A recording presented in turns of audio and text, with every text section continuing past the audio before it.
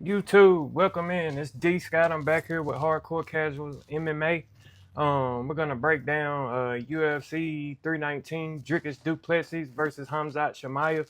I wanted to get this video out Saturday night, well, Sunday during the day sometime, but with kids working a full-time job, bear with me. I'm new to this YouTube thing and I'm trying to get it together, so bear with me on the production. We're gonna get it together.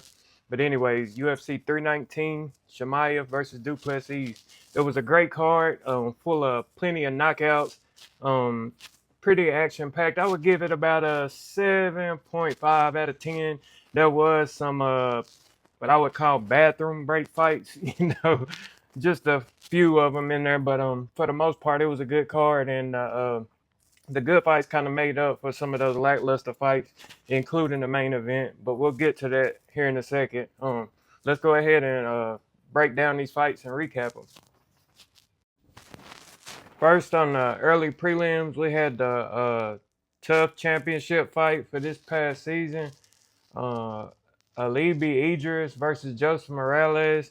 It was a decent fight, not nothing crazy, but Joseph Morales won by submission in the second round.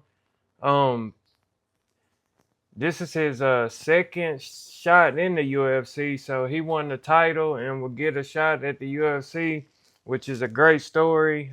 He was in the UFC a few years back. I think it was before COVID or either during COVID, but ended up, not making it. Lost a few fights in a row and was cut. They gave him a second chance, and he turned it around, and hopefully we'll see more fights for him in the future. Next, we had Kareem Silva versus Dion Barbosa. It was an all right fight for a women's fight. They went back and forth in the striking, but mostly, the first two rounds, Barboza was winning, getting the best of Kareem Silva in the stand-up. They were back and forth with takedown attempts and some successful takedowns. For the most part, I felt like Dion Barbosa won the fight, but they ended up giving it to Kareem Silva, which I picked Kareem Silva to win, but not gonna lie, Deone Barboza should have won that fight, in my opinion. Last fight of the early prelims was Edson Barboza versus Drakkar Close. I picked Edson Barboza to win, so that was one of the fights where, you know, I did not get the pick right. I think I went like 7 for 4 on the total card, so that's pretty decent. Nothing to brag about. But Edson Barboza, just like I was mentioning in my pre-fight breakdown, he's just slowed down a lot. He doesn't have the endurance he used to have, and he can't move like he used to. And Drakkar Close was landing his right every time. It's like Barboza couldn't get out of the way of Drakkar Close's right hand. Um, he was beating Barboza in the stand up for the most part. Also, Drakkar Close was pressuring him, landing more strikes. Uh, Barboza fought good, but not enough. Decent, but not enough to even win the fight. Drakkar Close just proved to be a bit too much, and I'm curious to see, who they'll give Barboza his next fight to, or if he retires here soon. He's getting there, and I don't even think he was ranked before this fight, so I wonder how much longer he'll go. But on up the card in the regular prelims, the first fight was Chase Hooper versus Alexander Hernandez, which ended in a devastating overhand knockout. Chase Hooper started out good. He was using his long range strikes like I thought he would. Using his long range strikes, those teeps. He was doing a jab, landing his 1-2 a little bit. He was also doing a back spinning fist and kept doing it. Like, so he became the start telegraphing everything. And Alexander Hernandez, being a little bit experienced fighter and decent in the stand up, picked up on that and caught him at the very end of the first round and TKO Chase Hooper. Um, wasn't a unconscious TKO. He didn't get sent to the Shadow Realm. Actually, I would consider the ending of the fight maybe a little premature, and that he could have gone on and fight. Some refs probably would have gave him the ability to get back up and continue fighting. Or it was the end of the round, so all he had to do was get up and walk to the stool. As soon as the ref came in between them to stop the fight, Chase Hooper was getting back up, so and it was the end of the round. So, but yeah, that's another pick that I didn't get right. I picked Chase Hooper. I thought he would ride his momentum out and be able to step his game up and get that win, but it'll be back to the drawing board, and yeah, that's that. So the next fight we had on the main prelims, I believe, was Jessica Andrade versus Lupe Godinez. Lupe Godinez won that fight, which I predicted, but I think you could have or pose the argument for Jessica Andrade to have won. They were back and forth in the stand up a lot. Lupe Godinez was landing good counters, 1-2s, hooks, kicks, going for a takedown, which prevented her from really taking the fight over. She could not take Andrade down whatsoever, and Andrade did what we know she's gonna do. Comes in, presses forward, tries to almost overwhelm her opponent with those hooks, and she had Godinez dazed a few times. I felt like, and maybe should have won a couple of those rounds. I felt like Andrade won, even though I did pick Lupe Godinez to win, and I edited my first video and didn't even get my pick in there, so bear with me. But I did pick Lupe Godinez to win that one. It was a decent fight. On up, we had Gerald Meerschaert versus Mikhail Olejniczak, and Mikhail Olejniczak knocked Gerald Meerschaert out in the first round. Meerschaert was trying to impose his wrestling, going for takedowns, wasn't successful, and Olejniczak caught him on the feet, TKO'd him. That was the end of that one.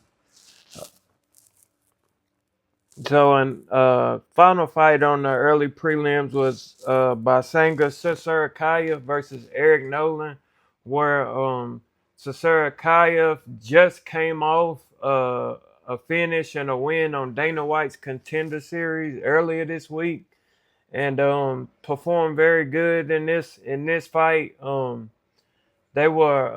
was using his grappling and wrestling, pressuring Nolan in the first round,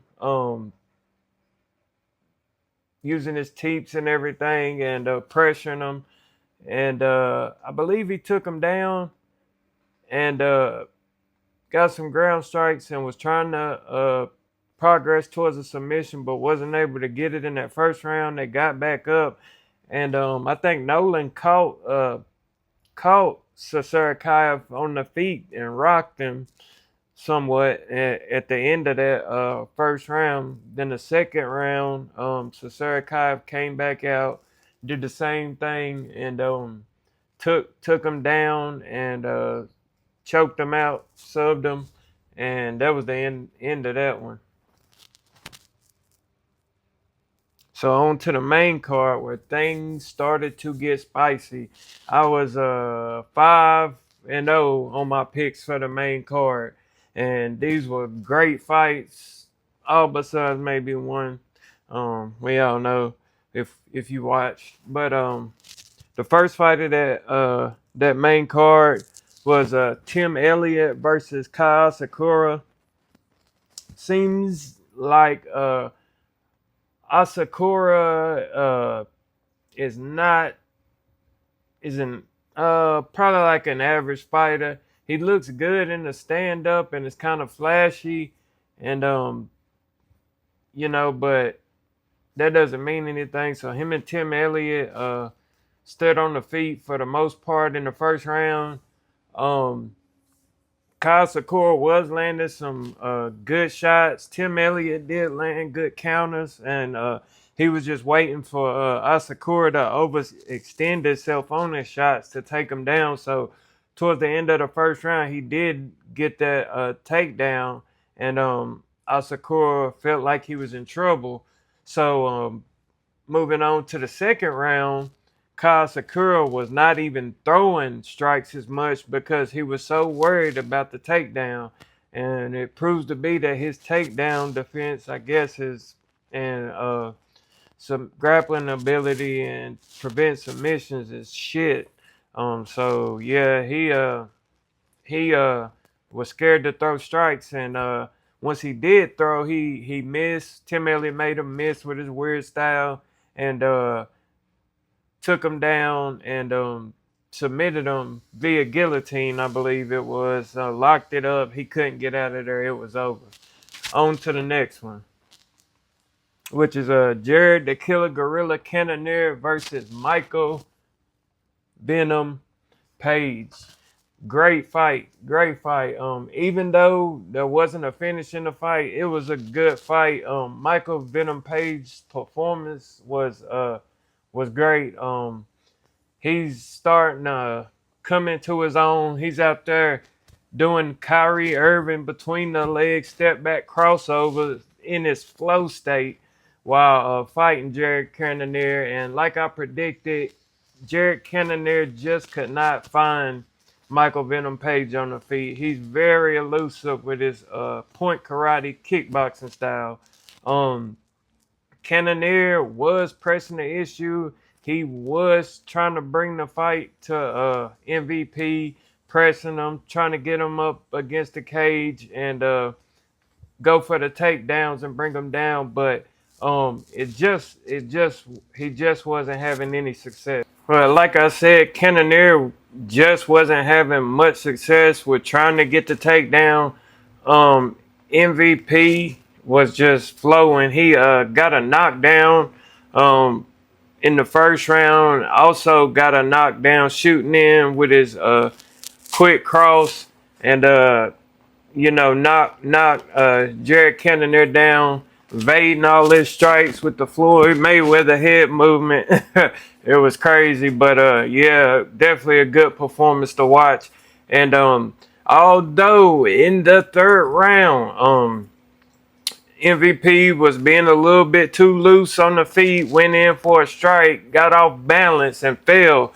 And Jared Cannonier jumped on MVP like a defensive linebacker jumping on a loose fumble on a football play. And once he got him on the ground, he had Michael Venom Page in half guard. I think he was able to get the full guard and start landing strikes. And at that point, Michael Venom Page was kind of fighting for his life to prevent Cannonier from finishing him because he's strong and has very good top pressure on the ground. And he was able to get it back to half guard and, ride out the clock and keep from taking too much damage, or Jared Cannonier being able to finish that fight in the third round would have been a devastating loss if he would have came back and got him. But he almost did. So, yeah, I'm excited to see who they give MVP next. And, Jared Cannonier is getting older, but he's still in good shape, still a good fighter. So there's probably several other fights to make with Jared Cannonier. Seems like a gatekeeper in the UFC at this point, fighting all the up-and-coming contenders.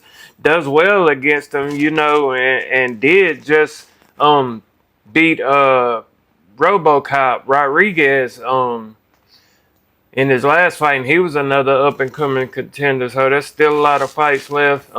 think MVP said something about wanting to fight Carlos Prates.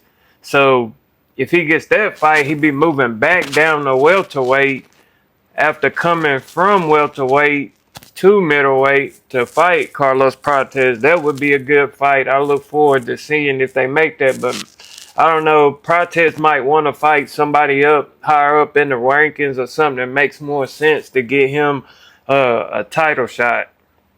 But yeah. Speaking of Prates, that was the next fight on this main card: Geoff Neal versus Carlos Prates, and it ended in a devastating finish. Geoff Neal started out good. He was finding Carlos Prates on the feet using his boxing combinations and hands. He did come with more of a leg kicking attack, or using his kicks for his attack more than I really seen him do much of in the past. So he was, trying to evolve his game and implement that. But Carlos Prates was moving great on the feet. He seemed like he had a lot of bounce and energy in his step. But his issue would be maintaining that through 3 or 4 rounds in a fight where he's not getting a knockout, which was shown with him and Ian Gary. But he looked great on the feet, looked a little more quicker than he usually does, in my opinion, and responded well after that loss. So after getting late in the round, they were exchanging and trading, and as the round went past half the first round, Carlos Prates started also to find Geoff Neal, which is a problem, because if Carlos Prates is finding you quite often, then 9 times out of 10 he's going to finish you, because he has that type of power in his hands. Like I said, he's like the welterweight version of Alex Pereira. No joke. He touches people and they go down. So he started finding Geoff Neal, with his strikes, landing his kicks. And at the last second, I'm pretty sure it was like the very end of the first round, he caught Geoff Neal with a spinning back elbow, landed right on the back of his head, and he was unconscious. And like some would say, he got sent to the shadow realm. Like, on God, he got sent to the shadow realm. It was devastating. I felt bad for Geoff Neal. I was also at the same time happy for Carlos Prates, in his career. But I was definitely concerned for Geoff Neal. He didn't get up for like 2 or 3 minutes after that finish. It was terrible. But yeah, that was a great finish. What we come to see as fight fans, and what we like to see, those TKOs and brutality. Americans, huh? But yeah, next up we got the co-main event, which was Lerone Murphy versus Aaron Pico. Another great fight, ended in the exact same way as the previous fight. Another spinning back elbow. But I will say this: Aaron Pico did look good. He did look as good as he was advertising. People have been saying he is. Like I said, I haven't got to watch him much at Bellator. The advertising is shit in the other promotions, and it seems like they're kind of falling apart since Bellator bought PFL and they did that merge or whatever. I don't even understand what the fuck is going on over there. So it's hard to keep up. They're not advertising like they should, and you got to do research just to figure out, when the damn fight is. It's crazy, but like I was saying, Pico looked good. He came out pressuring Lerone Murphy, got him backed up, hitting him with blows to the body, catching him with hooks, uppercuts, and he looked good. Lerone Murphy had no choice but to be able to find the finish. If he wasn't able to find the finish, he was going to be in for a long night, this fight. But like I said, LaRon Murphy is a counter striker. You know, he will get a little bit more aggressive sometimes, but he tends to sometimes get in trouble when he's overly aggressive. So he likes to, you know, sit back and see what his opponent's going to do and counter them. He's very tactical like that. So he just took his time. Pico kept crossing the void, jumping in the striking distance, you know, and that last time LaRon Murphy made Pico pay for it with that spinning back elbow. Caught him on the side of the head. Same result. Instant TKO. Unconscious for several minutes. Just to get that back-to-back same type of finish in the on the fight card, it was cool. Yeah, I like that. But yeah, devastating finish. It was terrible. But I'm curious to see what fight they give Pico out this, and I look forward to seeing him fight more and getting to see all of his skills and see him in a complete fight. I think he will probably be a ranked fighter just from that little bit of what I've seen, but we'll see in the future. As for LaRon Murphy says he wants that title shot. He wants that belt. And I can't disagree with him after that type of performance. I most likely would give LaRon Murphy the title shot against Volkanovski. That'll be a good fight, and I'll let you know my prediction once they make that fight. But you know, that would be a good one, and it was good to see that LaRon Murphy, Carlos Prates, and I think MVP all in their post fight a speech in the octagon, all were advocating for Dana to give their training partners or friends that they train with that are good, that are fighting in organizations, to give them an opportunity to get into the UFC. And with performances like they put on, Dana will probably give them that opportunity. I'm pretty sure if you want Dana to do you a favor, get some highlight knockouts. That is certainly the way to do it. But moving on up, final fight of the evening, main event of the evening. DuPlessis versus Hamzat Chimaev. And it is absolutely simple to break this fight down. Not in a good way, but just sheer dominance from Chimaev. I thought Dricus would be a lot better defending takedowns. I didn't think he would be able to be dominated the entirety of the fight with Hamzat's wrestling. I thought he would, if the fight went like this, he would have to stand and strike a little bit longer, and Dricus would be able to get his opportunity, you know, to finish him. But it didn't go this way. Hamzat got him in like a crucifix like 4 or 5 times. Dricus just could not stop anything that Hamzat wanted to do out there besides getting a finish.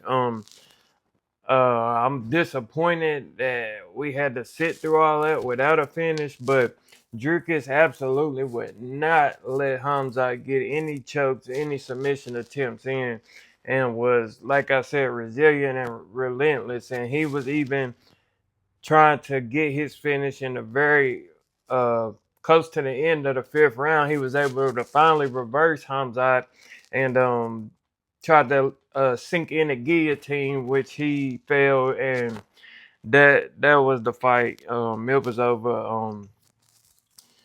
Expected a lot more, but you know it goes like that sometimes. You know, it's the fight world. But um, yeah, it was overall a good card. Appreciate everybody who tuned in, who watched this recap. Be patient with me. We're on the road to 1K. Leave your comments and let me know what you think about the fight. So any critiques you have about this channel or your opinions, I'm open to hear them. But that'll be it.